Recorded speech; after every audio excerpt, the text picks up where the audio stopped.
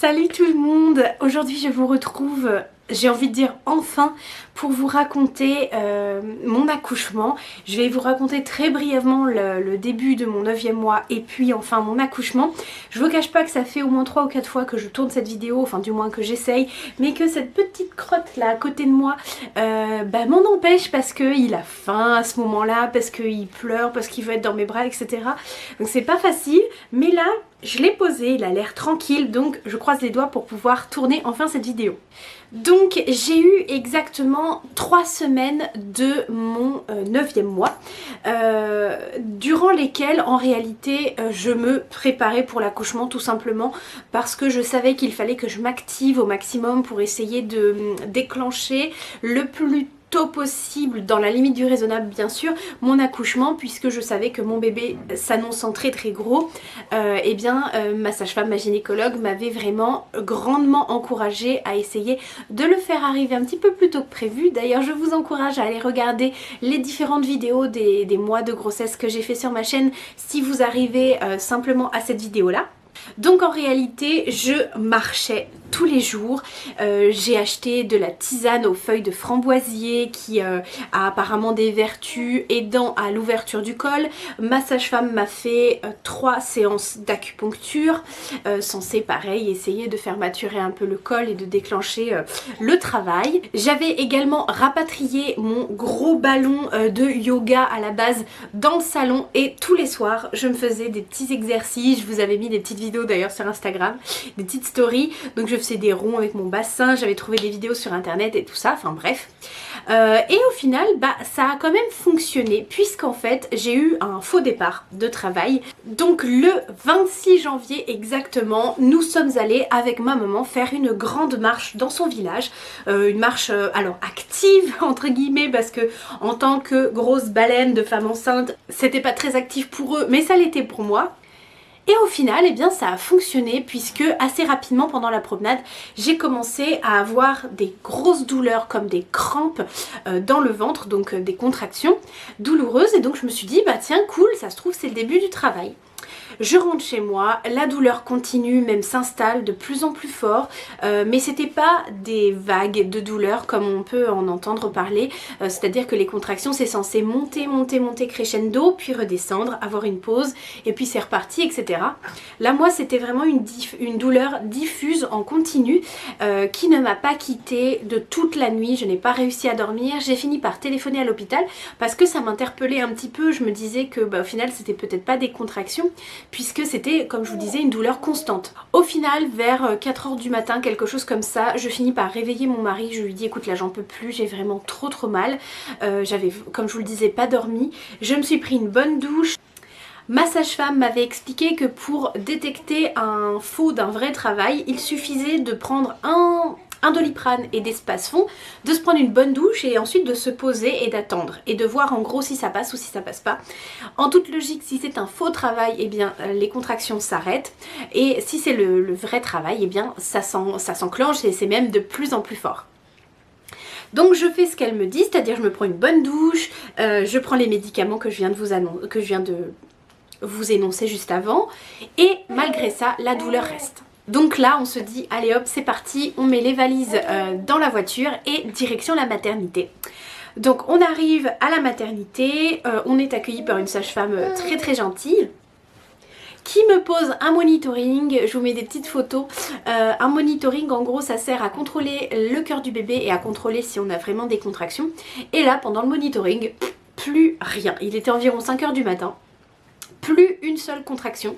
En tout cas le monitoring n'en percevait pas. Moi j'avais encore des petites douleurs quand même. Et donc elle me dit bon bah je vais quand même vous ausculter pour vérifier votre col. Et là grande nouvelle, elle me dit vous êtes ouverte à 2 cm. Donc c'est extraordinaire parce que vous le savez, le travail, c'est-à-dire les contractions, sont censées faire tout doucement s'ouvrir le col, donc de 0 cm à 10 cm. Et il faut que le col soit ouvert à 10 au maximum de son ouverture pour que le bébé puisse sortir. Donc là on me dit 2 cm, donc moi super contente, je me dis ouais ça y est c'est le début. Je me souviens qu'on s'est regardé avec mon chéri, on était hyper heureux. Mais sauf qu'elle a très vite, elle nous a très vite fait déchanter puisqu'elle nous dit non, non, non, je pense que c'est un faux travail. Là, les contractions sont en train de s'espacer. En gros, rentrez chez vous et revenez si ça ne s'arrête pas. Sauf que, comme je vous l'ai dit, progressivement jusqu'à 7h du matin, la douleur a commencé à s'atténuer pour finalement disparaître puisque une fois à la maison, je me suis recouchée dans le lit et j'ai dormi. Voilà, donc comme quoi ce mouvement on va dire que je faisais là pendant le début du 9e mois a servi à quelque chose puisque quand même ça m'a permis d'être ouverte à 2 cm un petit peu avant l'accouchement. Pendant ce début de 9e mois, j'ai également fait ma prise de sang pour l'anesthésiste et j'ai également noté, là j'ai mon petit papier et mon téléphone, que j'avais la poitrine qui était devenue beaucoup plus lourde et j'ai même eu une petite perte de colostrum, vous savez le premier lait qu'on sécrète. Donc voilà, ça c'était bon signe et je me disais ah ça y est, c'est que on approche quand même de la fin. Et maintenant, eh bien, on se rapproche quand même progressivement de la date de mon accouchement puisque à la base, je devais accoucher le 24 février et Monsieur Robin est arrivé le 10. Donc là, on arrive au 29 janvier et le 29 janvier, on va faire des courses avec mon chéri, quelque chose de tout à fait normal. Et en rentrant des courses, en prenant un sac, j'ai l'impression de sentir un liquide chaud couler dans ma culotte, très clairement. Et je me dis, ouh, c'est bizarre, je sais très bien que je viens pas de faire pipi. Je pense que j'ai peut-être rompu la poche des os, enfin du moins fissuré la poche des os parce que c'était loin d'être les chutes du Niagara. Mais voilà, j'avais senti une petite perte de liquide qui n'était pas habituelle. Donc je le dis à mon chéri et puis voilà, je me dis que je vais contrôler dans la soirée, dans la nuit, voir comment ça évolue. Et dans la nuit, rebelote à plusieurs reprises puisque à ce moment-là, je me levais facilement 7 à 8 fois par nuit pour aller faire pipi. Mon Dieu que je suis heureuse de ne plus vivre ça. Et donc en fait à chaque fois que je me levais pour aller aux toilettes, je sentais hop un petit peu de liquide. Mais en même temps, j'étais pas totalement sûre parce que c'était vraiment des toutes petites quantités. Et moi je m'étais dit... mais si j'ai fissuré la poche des os, même si c'est juste fissuré, ça coulerait beaucoup plus. Il n'empêche que le lendemain matin, j'avais tellement de doutes que je dis à mon chéri, écoute, on va vite faire à la maternité, ne serait-ce que pour vérifier, parce que une fois sur place, il vous faut un petit test comme un grand coton-tige, un peu comme un test PCR qu'on fait là pour le Covid, mais dans le vagin, et ils vont prélever en fait tout au fond, ils le font réagir avec un petit produit, et en gros, soit il y a une barre et c'est négatif, soit il y a 2 barres et c'est positif, c'est bien du liquide amniotique qui est sorti. Donc on arrive à la maternité et là je crois qu'on est tombé sur une sage-femme qui était très mal lunée, ou du moins elle était vraiment pas contente de travailler ce jour-là, elle était de très mauvaise humeur et donc moi je commence en lui disant bah écoutez, je crois que j'ai fissuré la poche des os. Et elle me dit tout de suite ah non mais madame, si vous aviez fissuré la poche des os vous le sauriez à 100%, vous n'auriez pas de doute. Mais donc là je vous dis ça gentiment, mais elle c'était vraiment froid. Bref, elle me fait le test mais à contre-cœur et alors elle a juste fait comme ça, elle a pas vraiment pris son temps pour faire le bon prélèvement. Elle le fait réagir avec le produit et puis au bout de quelques secondes elle me dit non non c'est négatif, en gros c'est certainement pour les prochains jours quand même parce qu'on se rapprochait de la date, mais c'est pas ça. Bon, alors moi je me dis c'est bizarre quand même parce que je sens bien que je me fais pas pipi dessus. Bref, les jours passent et arrive le 8 février. Donc vous voyez, il y a quand même une grosse semaine qui est passée entre les deux. Et le 8 février, au matin, j'avais revu ma sage-femme la veille qui m'avait fait une séance d'acupuncture, qui avait mesuré mon ventre et qui m'avait dit « Madame, je pense que votre bébé est encore plus gros que ce qu'on vous a annoncé. » Et là, donc le lendemain, j'appelle ma maman et je lui dis « Écoute maman, là, ça suffit, il faut qu'il sorte. De toute façon, lui, il est en parfaite santé. On avait fait une échographie quelques jours avant où tout allait parfaitement bien. Il était prêt à sortir. Donc, je lui dis, écoute, on va limite courir, quoi. Enfin, j'en sais rien. Mais elle m'a proposé plutôt d'aller à la piscine. Donc moi je me dis ouais trop cool, super idée. Bon, je raccroche avec elle. Sauf que dans l'après-midi, on avait rendez-vous vers 17 h le soir à la piscine et je me dis mince quand même parce que si j'ai vraiment fissuré la poche des os, parce que j'avais encore un doute, hein, je continuais à me faire pipi dessus depuis toute cette semaine. Je me dis quand même si c'est vraiment ça c'est dangereux parce que à partir du moment où la poche des os est ne serait-ce que fissurée un tout petit peu, les microbes peuvent rentrer à l'intérieur de la poche et potentiellement transmettre une maladie au bébé, donc ça peut être très grave. Et la piscine, même si voilà, ils mettent des produits dans l'eau, etc. On le sait, hein, c'est quand même des des puits de microbes. Donc je me suis dit ça serait dangereux. Donc je suis allée une deuxième fois à la maternité pour une suspicion de la fissure de la poche des os, oui. J'appelle mon mari pour le prévenir, il me dit t'as carrément raison, vas-y. Pour vous dire à quel point j'étais sûre qu'ils allaient me renvoyer encore une fois, j'avais carrément pris mon sac de piscine avec moi. Je m'étais dit je vais à la maternité, on fait le petit test et hop je vais à la piscine après. Oui mais non ma cocotte, parce que cette fois-ci je suis tombée sur une sage-femme adorable avec une étudiante qui était avec elle. Et en fait elles m'ont fait le test qui n'était pas du tout la même chose que ce que la dame avait fait la dernière fois, ou du moins elles l'ont fait correctement. Elles ont bien pris leur temps, elles ont fait le prélèvement d'une manière différente et là elles le font réagir avec ce fameux petit produit et en quelques secondes, la sage-femme était en train de me parler et elle me dit tout de suite ah bah c'est positif, c'est même plus que positif donc on vous garde. Donc là moi je suis tombée des nues parce que vraiment comme je vous dis la dernière fois la sage-femme m'avait tellement en fait envoyé bouler et m'avait fait penser que je me trompais que bah, j'y croyais plus du tout. Donc en fait eh bien, ça faisait plus d'une semaine que j'avais fissuré la poche des os, je n'étais pas folle. Donc là vite j'appelle mon mari pour lui annoncer la grande nouvelle. Donc il finissait à 16h30 donc il a fini le boulot, de toute façon j'étais loin d'accoucher, j'avais même pas de contraction, rien. Donc l'étudiante sage-femme m'a posé une perfusion là sur le poignet pour pouvoir ensuite me mettre une perfusion du liquide. Et ce que j'ai également eu ensuite toutes les 6 heures, 8 heures au début puis 6 heures après, ce sont des antibiotiques puisque comme j'avais fissuré la poche des os depuis un long moment, j'avais vraiment des gros risques d'avoir malheureusement des bactéries, des microbes etc. qui avaient pu contaminer probablement mon bébé. Donc pour éviter tous ces doutes, on donne toujours des antibiotiques au moment qui ont rompu la poche des os. Et en gros elle m'explique que vu le nombre de jours qui ont passé depuis que j'ai fissuré la poche des os, eh bien si le travail ne s'est pas déclenché tout seul dans la nuit qui suit, eh bien qu'on me déclencherait le lendemain matin avec des médicaments et que si les médicaments n'avaient pas agi encore le lendemain matin, on me déclencherait avec directement un produit dans la perfusion. Donc on essayait d'abord quelque chose assez doux puisque les médicaments ça ne fonctionne pas à chaque fois et ça prend tout doucement son temps pour faire effet ou pas, hein. Il y a des mamans pour qui la première prise de médicaments eh bien, déclenche tout de suite le travail mais ça ne s'est pas passé comme ça pour moi. Et par contre la perfusion ça marche à 100% dans l'heure qui suit, on a vraiment le travail qui est en route. Atchou! Atchou! D'ailleurs à ce moment-là, la sage-femme me pose à nouveau un monitoring en attendant mon mari Denis et pendant 45 minutes au moins et en tout j'ai eu 3 contractions qui en plus ne me faisaient pas mal du tout donc malheureusement le travail n'avait pas l'air de vouloir se mettre en route là dans les heures qui suivaient. Du coup en fait ce qu'elles ont fait c'est qu'elles m'ont attribué dès ce moment-là une chambre, la chambre qui allait ensuite en fait me servir pendant tout mon séjour à la maternité. Et je pouvais faire ce que je voulais jusqu'au lendemain matin. Donc le soir j'ai eu un repas. Mon mari avait commandé quoi ce jour-là? Parce que en tout pendant le séjour il s'est commandé pizza, Burger King, chinois. Enfin voilà, il a commandé tous les jours des trucs. Non, ce soir-là, il s'était fait des sandwichs avant de venir. Parce qu'on a un chien, donc forcément, en rentrant du boulot, il s'est arrêté à la maison, il a sorti le chien, il lui a donné à manger, etc. Et ensuite, il m'a rejoint. Il a pris les valises, parce que j'avais même pas pris ma valise de maternité, tellement j'étais persuadée que j'allais rentrer. Donc voilà, on s'est tout bien installé, Denis s'était pris un coussin, une couverture, etc.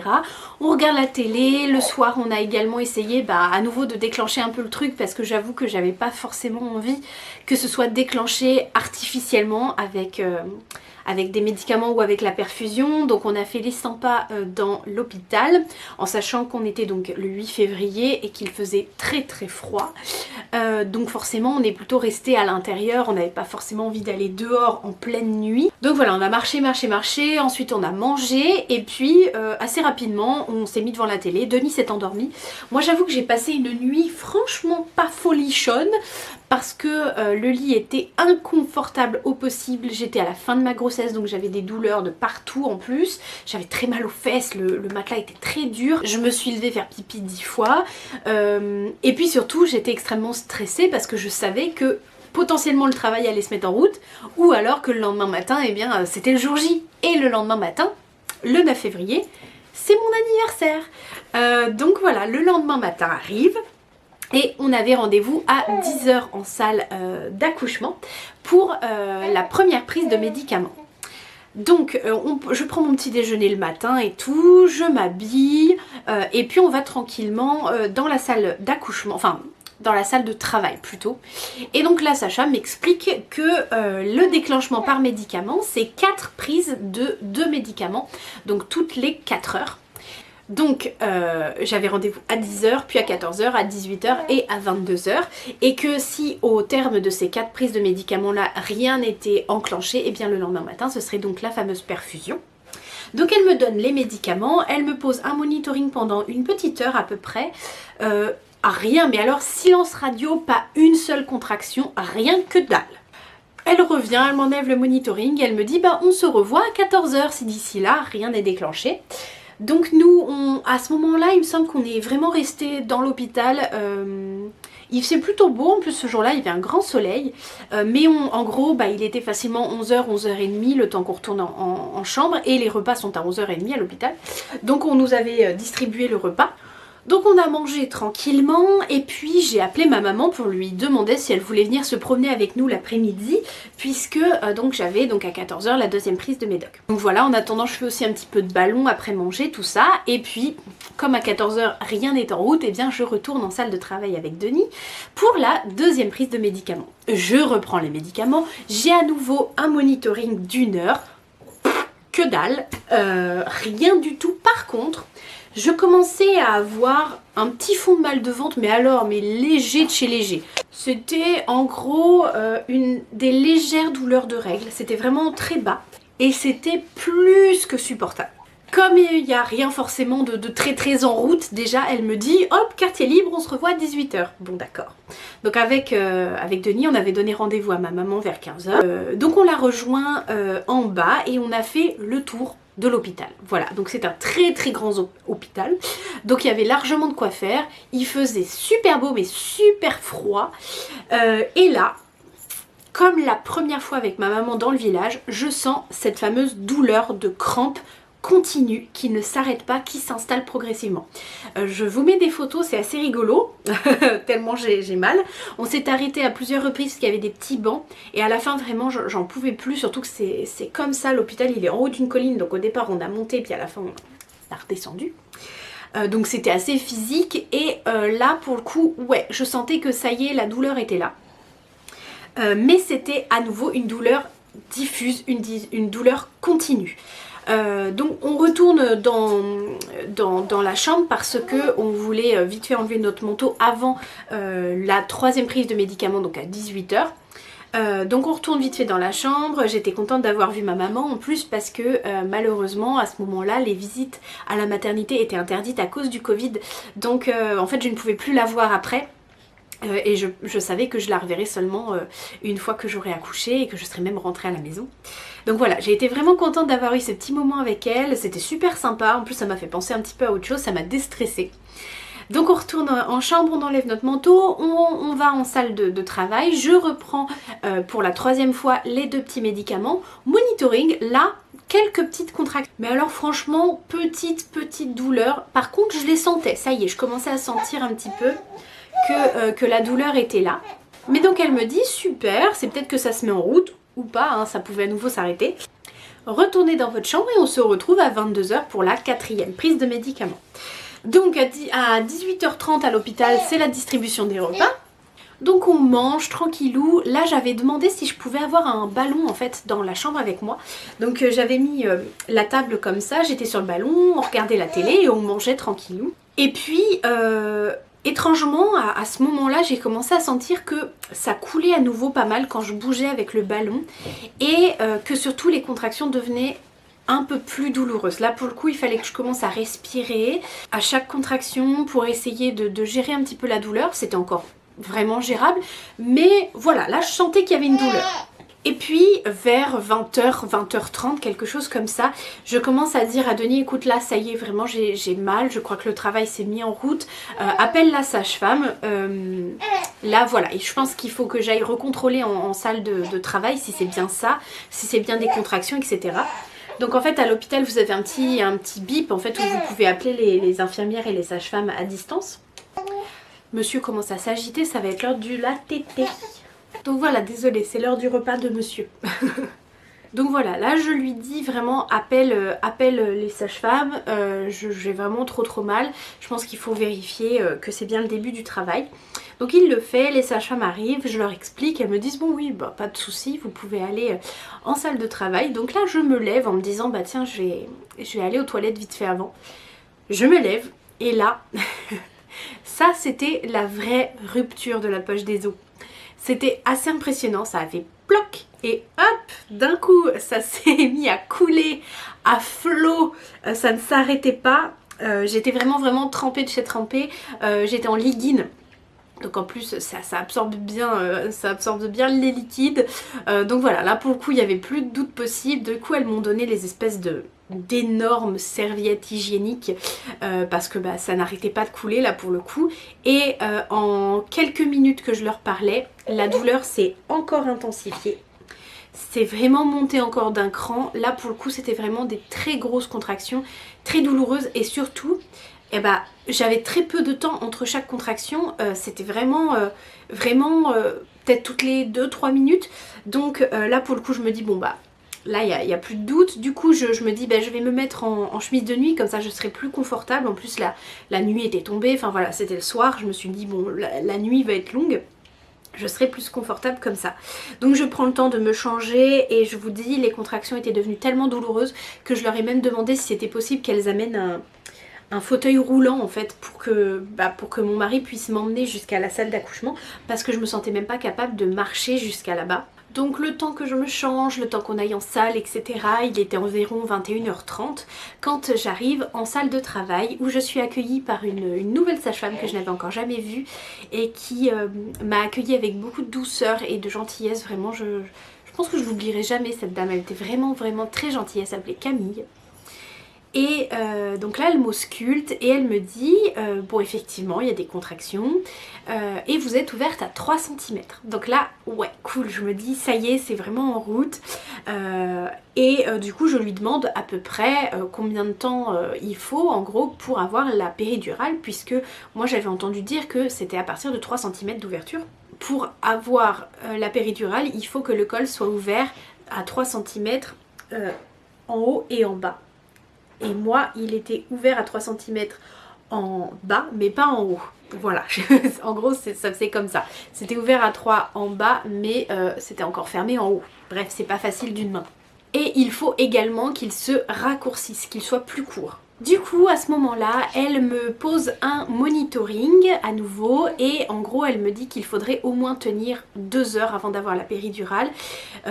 Pendant en fait un petit peu tout ce temps là les contractions étaient devenues déjà beaucoup plus douloureuses et régulières. Au monitoring d'ailleurs on les voyait. Du coup elle m'a proposé pour me soulager, enfin du moins pour aider au niveau de la sensation de douleur, donc de prendre à nouveau un Doliprane, 2 Spasfon et un autre médicament, donc il me semble que c'est de l'Atarax le nom. Parce que comme je vous l'ai expliqué tout à l'heure, j'avais la sensation en fait d'avoir une contraction géante, c'est-à-dire qui ne s'arrêtait pas, qui ne redescendait pas. Donc en fait elle m'a dit que ça à la base en fait c'est un anxiolytique, donc c'est censé détendre et que c'était pour aider en fait mon utérus à bien se relâcher entre chaque contraction. Sauf qu'en fait, je réagis visiblement très fort à ces médicaments-là. J'en avais déjà pris une seule fois dans ma vie. C'était pour la pose d'un stérilet et pareil, j'ai été complètement shootée. Et à ce moment-là, je l'avais également pris parce que justement, mon utérus se contractait dès qu'on essayait en fait de passer le stérilet. Et donc en fait, ça m'a complètement shootée, mais tellement qu'en fait, j'étais comme enfermée à l'intérieur de mon corps et enfermée dans la douleur. J'avais carrément même du mal à ouvrir les yeux et en fait ça a été pire que mieux parce que moi je suis sophrologue en plus, donc je connais pas mal d'exercices de respiration qui peuvent être vraiment aidants au niveau de la gestion de la douleur, etc. Et je ne pouvais même pas les faire puisque j'avais même du mal à tenir assise. Donc c'était vraiment compliqué et si c'était à refaire, la seule chose que je changerais c'est la prise de ce traitement là parce que ça m'a duré quasiment toute la nuit. Vraiment j'étais comme si j'avais pris une drogue vraiment très forte. au bout d'une heure à peu près, après avoir pris ces médicaments-là, la douleur était tellement forte que j'en venais parfois à crier un peu, à pleurer. En plus de ça, dans la chambre d'à côté de nous, il y avait une dame qui visiblement était à peu près au même niveau que moi, la sage-femme me l'a dit plus tard, mais qui hurlait à la mort et c'était très perturbant de l'entendre crier à côté. Donc voilà, c'était encore plus dur pour moi de gérer la douleur. Donc voilà, je vous dis au bout d'une heure et quart, j'ai fini par demander l'heure à Denis, à mon chéri. Je lui ai dit s'il te plaît, rappelle-la, j'en peux plus. Donc c'est ce qu'il a fait et elle m'a à nouveau auscultée. Donc cette fois-ci j'étais ouverte à 4 cm. Elle m'a dit écoutez c'est un tout petit peu tôt mais on va appeler l'anesthésiste qui va venir vous poser la péridurale. Donc elle m'a juste dit qu'en fait il fallait que la dame qui hurlait dans la pièce d'à côté passe avant moi, qu'on lui pose également la péridurale et qu'ensuite ça serait à mon tour. Donc là gros soulagement, pendant en fait cette heure et quart en fait j'avais installé une application sur mon téléphone qui me permettait de chronométrer et de mémoriser en fait mes contractions. Donc à chaque fois je disais à mon chéri ça y est c'est reparti et hop il mettait en route l'application.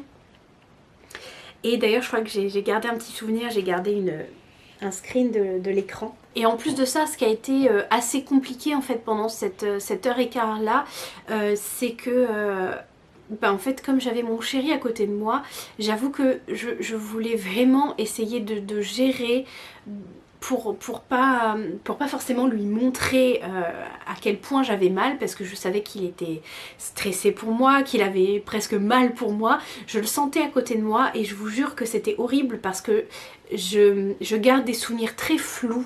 J'étais assise sur le ballon face au lit et je me tenais à la barrière du lit et juste je me balançais un peu sur le ballon et j'essayais d'être concentrée, mais encore une fois c'était compliqué. Et du coup je sais que sur la fin, quand ça devenait vraiment très douloureux, je pense que voilà, de mémoire j'ai un petit peu pleuré, j'ai un petit peu crié et je sais que malheureusement il en garde pas un très bon souvenir. Donc j'arrive en salle d'accouchement vers minuit et demi, quelque chose comme ça. Et une fois sur place, en fait, ce qu'elle me dit, c'est qu'on attend que la péridurale soit posée et que pour accélérer encore un peu le travail, elle me posera une perfusion donc d'ocytocine, qui est une hormone qui régularise et intensifie les contractions. Donc là il y a une autre gentille dame, alors je sais pas trop, je pense que c'était une auxiliaire de puériculture, quelque chose comme ça, qui m'a donc aidée à passer la fameuse casaque, vous savez, d'hôpital blanche avec les fleurs immondes, qui est ouverte dans le dos, donc on voit bien les fesses. Elle m'a mis une charlotte sur la tête, voilà, et en gros elle m'a préparée pour l'arrivée de l'anesthésiste. Et elle a demandé à Denis de sortir pour la pose de la péridurale. Et je suis en fait assez heureuse qu'il n'ait pas été là à ce moment-là, parce que j'avoue que ça a été les minutes les plus longues, les plus difficiles à tenir et les contractions les plus douloureuses. Donc j'ai pu en fait un peu moins avoir à cacher ma douleur et me laisser aller comme je voulais, on va dire. Et ça a duré facilement 1 heure, puisque l'anesthésiste, j'ai marqué, est arrivée à 1h30 du matin. Donc c'était une femme très très très gentille. Le seul inconvénient, c'est que comme j'ai une scoliose, elle a mis beaucoup de temps à me la poser, la péridurale. Mais en même temps elle a pris son temps, c'est normal, pour surtout pas faire de bêtises. Mais elle s'y est reprise à plusieurs fois pour me faire la première en fait petite anesthésie. Donc en fait l'auxiliaire m'avait demandé donc d'être assise, donc c'était hyper dur parce que en fait le lit est fait de telle sorte que en fait on peut pas être bien droit. Il est tellement large que si on se met au bord, eh bien l'anesthésiste ne peut pas nous atteindre le dos, donc en fait il fallait que je sois assise en tailleur, comme je suis actuellement, que vous ne voyez pas. Mais alors pour gérer la douleur, il n'y avait rien de pire, c'était tellement inconfortable.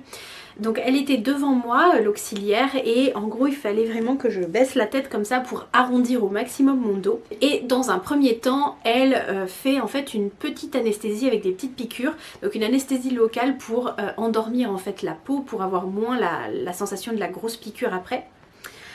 Et c'est ça en fait qu'elle a dû me faire plusieurs fois parce que elle arrivait pas forcément à sentir l'endroit où il fallait qu'elle pique avec la grosse aiguille. Et c'est pour ça que je vous dis que c'était très très long parce que j'avais des contractions qui revenaient très vite, en fait elles étaient très proches les unes des autres et en fait pour tout vous dire, elle a piqué pendant une contraction et j'avais tellement mal de la contraction que je n'ai rien senti. Mais quand je vous dis rien senti, j'avais tellement mal en fait que j'avais qu'une envie, c'était vite qu'elle me fasse la péridurale. Donc je n'ai rien senti. Elle m'a dit voilà c'est fini, je fais le pansement, que j'étais toujours en train de souffler comme une vache pour contrôler la contraction qui était en cours. Ensuite, du coup, elle m'a mis un grand pansement dans le dos et puis un espèce de petit sparadrap là sur l'épaule. Et donc j'avais une petite roulette, enfin un petit bouton, et je pouvais appuyer dessus pour remettre une dose de temps en temps quand je sentais que la douleur revenait. Ensuite, elle est restée avec moi plusieurs minutes jusqu'à ce que la péridurale fasse bien effet. Et donc progressivement, j'ai commencé à sentir que les contractions étaient de moins en moins douloureuses partout, sauf dans le bas du dos à droite, dans la fesse droite et dans la cuisse droite. Donc à chaque contraction, je sentais encore la douleur dans toutes ces zones-là, mais c'était déjà tellement beaucoup plus supportable que la douleur que j'avais dans le ventre jusqu'à présent, que c'était déjà 1000 fois mieux. Denis a ensuite pu me rejoindre dans la pièce et j'étais tellement soulagée de la douleur qu'après en fait on a dormi pendant un bon moment, puisqu'en fait la sage-femme ensuite nous a rejoints après que l'anesthésiste ait posé la péridurale. J'ai noté que vers 3h30 du matin, la sage-femme m'a réveillée pour m'ausculter et que j'étais ouverte à 9 cm. Donc je suis passée de 4 cm avant la pose de la péridurale vers minuit et demi à 9 à 3h30 du matin. Ensuite, je me suis à nouveau rendormie. Denis aussi d'ailleurs, je crois bien. Je vous dis, j'étais tellement shootée par le médicament et d'un coup la douleur étant disparue et puis surtout j'avais pas dormi depuis un bon moment. À 5h du matin, je suis réveillée par la sage-femme qui m'ausculte et qui me dit que ça y est, je suis ouverte à 10. Et en plus de ça, que bébé a déjà commencé à descendre dans le bassin. Donc à ce moment-là, ce qu'elle me propose, c'est d'essayer de pousser pour voir un petit peu comment je m'en sors et puis pour m'entraîner. Donc voilà, elle me fait pousser, elle me dit oh là c'est très bien, je vois déjà qu'il descend. Donc ce que je fais, c'est que je vais accoucher la dame de tout à l'heure. Pendant ce temps-là, vous, si vous voulez, à chaque contraction, vous pouvez l'accompagner par une petite poussée, là comme on vient de faire ensemble. Et ensuite, ce sera à votre tour une fois que j'aurai fait accoucher l'autre dame. Et donc c'est ce que j'ai fait, à chaque contraction, je poussais. En plus ça m'a permis de m'entraîner parce que j'avoue que j'étais un petit peu stressée, j'avais peur de ne pas avoir assez d'air, de ne pas pousser assez longtemps, pas assez fort, etc. Et ça pendant 1 heure. D'ailleurs sur la fin, j'avoue que j'ai arrêté, j'ai préféré l'attendre parce que en fait, donc comme je vous disais, j'avais mal tout du côté droit et donc je commençais à sentir également à l'intérieur une douleur bien désagréable quand je poussais au niveau de la sortie. Voilà, je vous épargne un petit peu les détails, mais bref, je sentais vraiment une douleur à cet endroit-là et je me suis dit que c'était certainement mieux que je l'attende. Et en plus de ça, j'avais vraiment des fourmis dans les jambes à ce moment-là, assez importantes. Et donc vers 7h, 7h30, quelque chose comme ça, la sage-femme revient et elle ramène avec elle toutes les autres personnes, donc l'auxiliaire de puériculture. À ce moment-là, on me demande les petites affaires, tout ça, donc c'est Denis qui s'occupe de donner à l'auxiliaire les premiers vêtements, etc. Elle commence à tout installer et vers 7h30 elle me dit écoutez, vous pouvez commencer à pousser quand vous avez des contractions, pendant que je finis de me préparer. Donc au départ c'est ce que je fais, hop, je sens une contraction qui arrive grâce à ma douleur dans la fesse et dans le dos, donc je commence à pousser et là l'auxiliaire dit oh là non stop, finalement on s'arrête là, ça va trop vite au cas où on attend que la sage-femme soit vraiment prête. Bon du coup je m'arrête, j'attends et puis une fois que la sage-femme est prête, hop c'est parti. Sauf que là, plus rien. On attend, pas de contraction, enfin du moins plus de contraction. Et ce qui est rigolo, c'est qu'apparemment ça arrive très souvent parce qu'en cours de préparation à l'accouchement, la sage-femme elle nous en avait parlé. Donc on attend ces demoiselles contractions et puis elles finissent évidemment par revenir, mais pendant ce temps-là, les minutes sont passées et du coup au bout de, il me semble, à peu près une demi-heure, malgré le fait que je poussais très bien, que Robin avançait bien dans mon bassin, etc., la sage-femme m'explique que c'est d'usage en fait d'appeler le gynécologue de service quand ça fait plus d'une demi-heure que la maman est en train de pousser. Et c'est vrai que ça c'est dommage parce qu'au final tout se passait très bien, le cœur de Robin battait parfaitement bien, il n'y avait aucun signe qu'il était en souffrance, moi j'étais pas crevée, enfin franchement je continuais à bien pousser, simplement ça faisait une demi-heure parce que mes contractions étaient très espacées. Donc la gynécologue arrive, etc. Et c'est vrai qu'au bout d'un moment, je commence à sentir que cette fameuse douleur que je ressentais tout à l'heure, elle est vraiment là, elle est bien présente et elle me fait de plus en plus mal, donc tout en bas à droite, là où la péridurale en fait ne fonctionnait pas. Et plus bébé descendait, plus j'avais mal. Et donc au bout d'un moment d'ailleurs, je leur dis oh là là mais j'ai super mal à un endroit précis. Et elle me dit où ça? Et donc moi spontanément comme ça, hop, je prends ma main et je leur montre. Et en fait il y avait tout ça de la tête de bébé qui était dehors déjà. Donc ça m'a surprise, je sentais pas du tout en fait qu'il y avait déjà tout ça dehors. Donc j'ai fait il y a sa petite tête et tout ça. Enfin, c'était trop mignon, j'ai senti ses petits cheveux tout doux. Et très rapidement après, en réalité, j'ai entendu la gynécologue qui commençait à parler avec la sage-femme d'épisiotomie, donc c'est-à-dire le fait de couper une partie de la peau pour élargir l'espace pour que la tête du bébé puisse passer plus facilement. Et je n'avais pas du tout envie d'être coupée, surtout que visiblement c'était pile poil l'endroit où j'avais mal. Donc quand j'ai entendu ça, je leur ai dit vous voulez faire une épisiotomie? Et quand elles m'ont répondu oui, j'ai dit non. Et alors là j'ai pris tout l'air que je pouvais et j'ai poussé le plus fort que j'ai pu et la tête de bébé est enfin sortie. En réalité c'est passé très vite alors que c'est bizarre, j'en garde un souvenir en même temps rapide et en même temps lent parce que je sentais vraiment bébé descendre et en même temps là quand j'y repense c'est allé terriblement vite. Et puis une fois que la tête de bébé était dehors, ensuite le reste du corps est sorti et très vite hop je l'ai vu dans les airs et elles l'ont posé sur moi, c'était tout chaud, tout mouillé, elles ont mis vite un drap sur lui pour pas qu'il ait froid et il a très rapidement pleuré. Et en fait ce qui est assez fou et je reviens juste là-dessus, c'est que j'avais beaucoup d'appréhension en fait sur les poussées, sur le fait vraiment de la délivrance. J'avais peur de ne pas avoir assez de souffle, de ne pas pousser assez fort, j'avais peur de faire caca, j'avais peur d'être stressée, etc.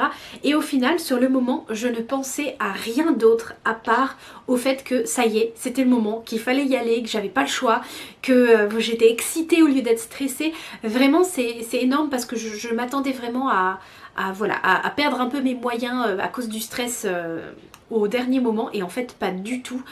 Au contraire, j'étais bizarrement très détendue. Et bizarrement, ce qui était en fait le plus désagréable, on va dire, c'est que si vous voulez, à chaque fois qu'on pousse, on sent le bébé qui avance, mais quand on arrête de pousser, il re-rentre un petit peu. Et moi, c'est cette sensation, cette presque un peu de douleur, c'était vraiment très désagréable, qui m'a le plus dérangée de tout l'accouchement. Voilà, c'était le fait de sentir que ça re-rentrait alors que j'avais fait sortir, on va dire, à la poussée d'avant. Donc une fois que bébé a été posé sur moi, qu'il a été frictionné, etc., Denis a coupé le cordon. Je suis super fière de lui d'ailleurs parce qu'il n'était pas certain à 100% d'avoir, pas le cran, mais d'avoir le courage sur le moment de le faire. Mais donc il l'a fait sans aucun problème et je pense qu'il était tout aussi curieux que moi puisqu'en fait après donc il y a la sortie du placenta.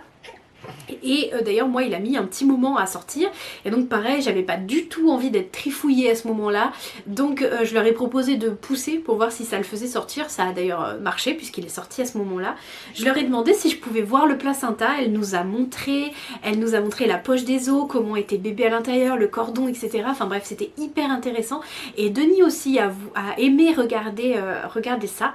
Elles ont d'ailleurs pesé mon placenta et il pesait 1,70 kg, donc c'est énorme puisque normalement c'est la moitié de ça, c'est environ 500 à 600 grammes un placenta, donc en fait ça explique pourquoi mon bébé était aussi gros, c'est juste que j'avais un très gros placenta donc forcément ça le nourrissait beaucoup. Et donc voilà, ensuite on a eu un beau moment où il était contre moi peau à peau et en fait c'était dur parce qu'il était tellement haut que j'arrivais pas à voir sa tête, donc Denis a pris plein de photos, il a enfin pu annoncer donc à la famille que ça y est, bébé était arrivé parce que tout le monde était hyper impatient. Ensuite au bout d'un petit moment quand même elles l'ont récupéré pour que je sois recousue puisque j'ai eu il me semble 3 ou 4 déchirures grand maximum, mais c'était des petites, donc en fait j'ai vraiment bien fait de dire non entre guillemets à l'épisiotomie puisque les déchirures que j'ai eues sont beaucoup moins importantes que celles que j'aurais eues si elles avaient coupé la peau. Ensuite, eh ben, on a eu un espèce de pari avec toutes les femmes qui étaient là et elles étaient d'ailleurs très nombreuses puisque Robin est né à 8h12 et que le changement de garde est à 8h le matin et à 8h le soir. Donc en fait j'avais l'équipe de nuit qui normalement devait partir à 8h, mais donc c'était la fameuse Camille qui avait voulu rester jusqu'au bout pour m'accoucher qui était toujours là, et j'avais l'équipe de jour qui était déjà arrivée, donc il y avait au moins 4 ou 5, bah non, ouais, au moins 5 puisqu'il y avait la gynécologue en plus, c'était que des femmes et apparemment, enfin Denis m'a raconté ça parce que moi je ne m'en souviens absolument pas, mais apparemment elles étaient toutes à m'encourager sur la fin à dire allez madame, poussez, poussez, poussez. Mais je vous dis, je pense que j'étais tellement concentrée sur ce que je faisais que j'ai même pas entendu qu'il y avait ce brouhaha là. Et donc tout le monde a fait un pari sur le poids de bébé parce que quand elles l'ont vu, elles ont dit oh là là mais qu'il est gros, on va parier bref sur son poids. Et je sais plus s'il y a quelqu'un qui a eu raison, mais bref, il faisait 4,260 kg, donc effectivement un beau bébé qui avait donc quasiment atteint déjà le poids qu'il aurait dû faire à la naissance par rapport à ce qu'on m'estimait, sauf qu'il me restait encore 2 semaines, donc il aurait vraiment été beaucoup plus gros. Donc ensuite, donc, elles l'ont pris, il a eu quelques soins, c'est-à-dire qu'il a eu, il me semble, des gouttes dans les yeux, elles l'ont aspiré un petit peu parce qu'il avait un petit peu de liquide amniotique dans la bouche. Il a eu une couche et ensuite elles ont proposé à Denis de faire un pot à pot avec lui, donc il s'est installé dans un fauteuil pas très loin de moi. Donc j'ai pu les voir et j'ai pu voir Robin un petit peu mieux parce que c'est vrai que sur moi je le voyais pas bien. Et pendant ce temps-là, la sage-femme de nuit a pu rentrer chez elle et celle de jour s'est occupée de moi, donc de me faire les sutures sur les déchirures que j'avais, et comme je sentais tout, elle m'a refait une petite anesthésie locale avec donc des petites piqûres à nouveau, donc j'ai bien senti les petites piqûres, mais par contre après je ne sentais plus rien au niveau de la suture. D'ailleurs on a remis une petite dose de péridurale à ce moment là. Donc voilà, elle m'a fait les sutures et ensuite eh bien, on est resté quasiment 2 heures donc en observation dans la salle. Pendant ces 2 heures là j'ai essayé de donner le sein à Robin, mais c'était très compliqué parce que en fait j'ai le téton qui est très plat, ce qui fait qu'il n'arrivait pas à le prendre et ça me faisait très mal. Heureusement j'avais pensé à l'avance, me connaissant en fait, connaissant mes seins, je pensais bien que ça allait être compliqué, donc j'avais acheté d'avance à la pharmacie des bouts de sein en plastique, je les montre il me semble dans ma valise de maternité, dans la vidéo que j'ai fait dessus. Et du coup le reste du séjour je les ai utilisés et c'était bien mieux puisqu'au début j'ai carrément saigné des tétons hein, quand j'enlevais le bébé il avait du sang tellement en fait j'avais les seins qui avaient craqué. À nouveau pendant ces 2 heures là l'étudiante est venue m'enlever la perfusion, la péridurale, et d'ailleurs j'ai oublié de vous le dire même si c'est pas hyper important, mais à 2 reprises on m'a vidé la vessie avec une petite sonde urinaire, puisqu'en fait quand vous avez la péridurale et eh bien vous ne pouvez pas marcher pour aller jusqu'aux toilettes, donc étant donné qu'on vous met une perfusion avec du sérum physiologique et ben votre vessie se remplit et donc c'est dangereux parce qu'elle peut éclater avec les poussées. Et puis donc au bout de 2 heures, il y a une auxiliaire qui est venue m'apporter un fauteuil roulant puisque après la péridurale, pendant encore plusieurs heures, on ne peut pas marcher toute seule. Donc un fauteuil roulant pour m'emmener jusqu'à la chambre et j'ai eu beaucoup de mal à me lever, je tenais pas sur mes jambes et je sentais beaucoup des fourmis jusque dans les pieds. Et puis voilà, après il y a eu le séjour à la maternité qui s'est super bien passé. On est resté jusqu'au lundi suivant. Donc au final Robin est né le jeudi et je suis restée jusqu'au lundi. Ça s'est très très bien passé, les équipes étaient super sympas. Les nuits par contre étaient vraiment pas cool parce que au tout début en plus Robin avait beaucoup de mal à dormir puisqu'il est né le matin. Donc la première journée de sa vie il a dormi toute la journée. Donc forcément la nuit il était très réveillé et il a beaucoup pleuré. Le lendemain matin on lui a donné un bain qui l'a crevé, donc il a dormi toute la journée et la nuit il était réveillé. Donc au bout de 2 jours j'ai demandé à Denis s'il pouvait dormir avec moi la nuit parce que c'était plus facile que pour qu'il puisse prendre un petit peu le relais, que je puisse dormir un petit peu parce que j'ai quasiment fait 2 nuits blanches totales après mon accouchement. Mais à part ça voilà, tout s'est très bien passé. L'allaitement a mis un petit peu de temps à se mettre en place aussi parce que voilà, bébé avait des besoins plus importants que la quantité de lait que je produisais, donc c'était très stressant pour moi. Je pourrais d'ailleurs vous faire une vidéo sur l'allaitement si ça vous tente. Et puis au début, évidemment, il a perdu du poids comme tous les bébés et le jour de notre sortie, il avait quasiment atteint à nouveau son poids de naissance à 160 grammes près. Et voilà, on est rentré à la maison et ensuite notre vie à 3 a commencé. Donc voilà, je suis très heureuse d'avoir enfin pu vous raconter comment ce merveilleux jour s'est passé. C'est vrai que je vous ai raconté beaucoup les faits, mais en fait il y a aussi eu beaucoup d'émotions et en même temps j'en garde un souvenir assez flou à cause de ce fichu médicament. Mais voilà, c'était merveilleux et je souhaite à toutes les femmes et à tous les couples, à toutes les personnes qui souhaitent devenir parents de vivre cette journée fantastique parce que voilà, je pense qu'on ne l'oublie jamais. Juste après cette vidéo là, vous aurez celle de mes 3 derniers mois de grossesse avec l'évolution de mon ventre et en attendant la prochaine vidéo je vous fais d'énormes bisous donc et je vous dis à très bientôt. Bye tout le monde.